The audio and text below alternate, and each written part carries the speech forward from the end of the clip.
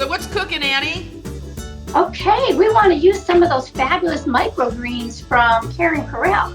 Not only are they nutritious, but when you purchase them, you are helping a great cause. So microgreens can go pretty much on anything. I'm going to share with you one of my favorite recipes, island beets. First thing we're going to do is slice up some red onion very thin. I'm going to take some wonderful Sicilian lemon balsamic vinegar. It's going to go on there. A little bit of dried parsley, a little bit of dried oregano. All we're going to do is mix that up and let it sit. It's going to soften the onions and make this very flavorful. That gets put aside.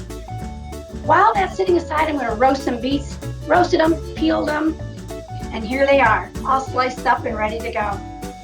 On that, we're going to put a drizzle of fresh pressed extra virgin olive oil, another healthy component. A little bit of that balsamic vinegar, Sicilian lemon, sea salt,